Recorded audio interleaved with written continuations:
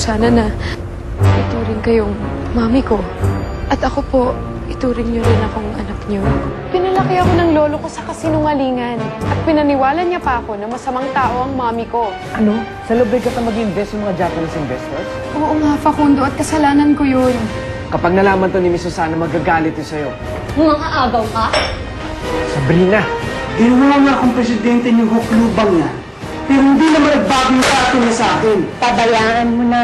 Hindi na niya maibabalik ang apo niya kahit ano pa ang gawin niya. Tungkol po kay Lazaro Lobregat, may nakita kami mga ebidensya na magpapatunay na maaaring buhay ang kapatid ninyo. Buhay ko si Lalo? Ano bang problema mo? At ako pa ngayon na may problema, ha? Anong ginawa ko sa'yo? Inaagaw mo lang naman na mapapangasawa ko. O siguro hindi mo alam na magpapakasal kami ni Facundo ng lalaki nilalandi-landi mo.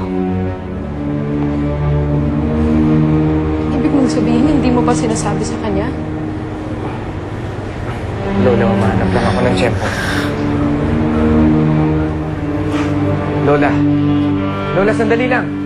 Dito ka lang, Facundo. Wala kang karapatan na pigilan ako!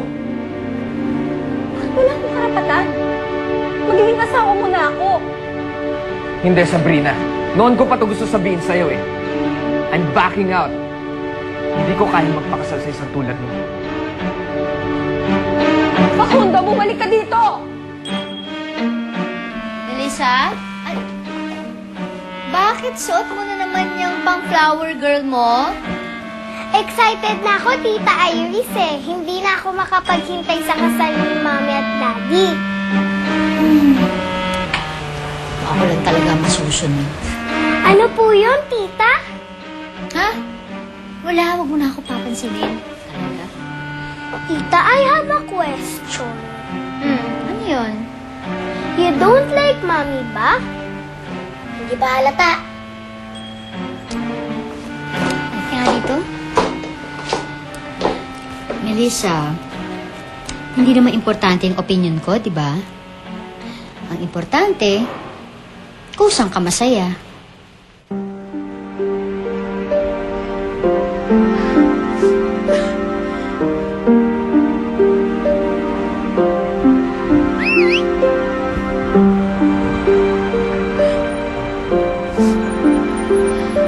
Salamat. Lola! Lola! Lola, sandali lang. Magpapaliwanag ako. Layuan mo ako, Facundo! Lola! Ano ba bang ipapaliwanag mo, ha? Malinaw naman ang nangyari. Lola, ayoko saktan ka. Alam mo, lagi mong sinasabi na ayaw mo akong saktan. Pero lagi mo namang ginagawa. Nag-enjoy ka ba sa ganito, Facundo? Pahihirapan mo ako para patunayan sa sarili mo. Nahulog na ako sa'yo. Ito ba ang sukatan kung gaano kita mahal? Tama na, Facundo. Maawa ka naman sa akin. Lola, hindi. Hindi sa ganun. Layuan mo na ako!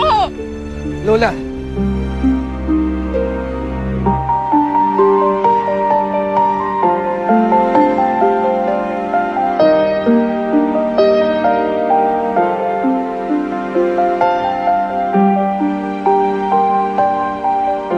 Show's over, everyone. Ano pa titingin-tingin nyo? Sabrina, hindi naman tutuloy ang kasal. Tingin ka ba? Hindi mo ba narinig na nag-back out na si Facundo? As in, over na talaga? Of course not. Meron pa akong magagamit para matuloy ang kasal. I just want Mommy and Daddy to be together, Tita. Yun naman ang dream ko noon pa eh. Kaya sana po magustuhan niyo na po si Mommy. Mabait naman po si Mommy eh. Hindi kagaya ni Tita Lola. Sinungaling. Alam mo, medyo malabo yung dating mo eh. Anong sinasabi mo? Sir, May possibility na buhay si Lalo? yes sir, buhay pa po si Lalo. Paano mangyayari yun? Di ba findings so dati patay na si Lalo? Ha? At bakit hanggang ngayon niimbestigahan niyo pa rin yung kaso kung patay na yung tao? Yes sir, pero accidentally, natagpuan po ng ilang divers namin yung wreckage ng aeroplano sa ilalim ng dagat. Wreckage? Yes, ma'am. Apparently, inalot po ito palayo sa pinangyari ng trahedya. At sa loob po ng wreckage, may natagpuan kami isang bangkay. It's shown from the dental record, it was identified as the pilot. Wala akong makialam doon. Katawan nila, no? Nasaan? Wala po doon. That's why there's a possibility na buhay pa ho siya. Hoy, ikaw. Pakinggan mo sasabihin ko, ha? Patay na sila, no? Kahit kailan hindi na siya mabubuhay. Ha? Tandaan mo. Yes, sir. Tandaan mo. Okay?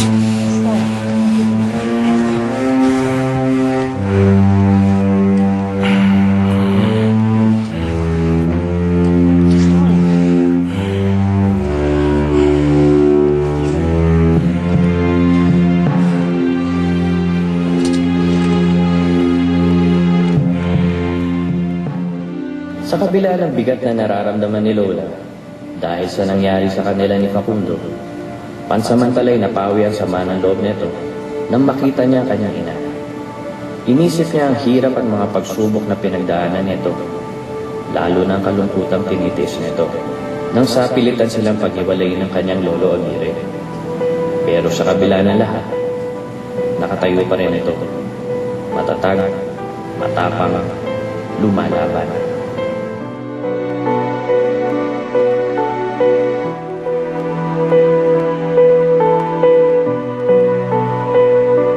Isang ekstraordinaryong babae ang kanyang ina. Isang babaeng kayang makipagsabayan sa mundo ng mga lalaki.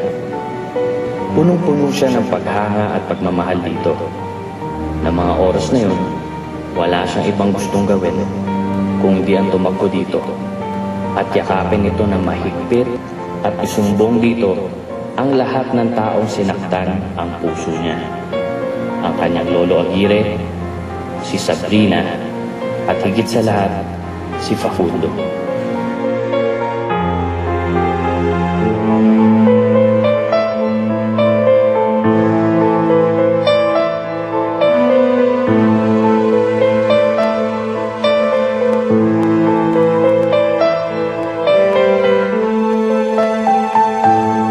Lola. Are you okay?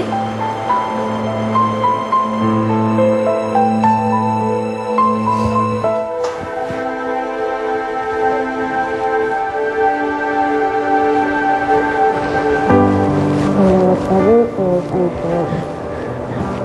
ayos ko na.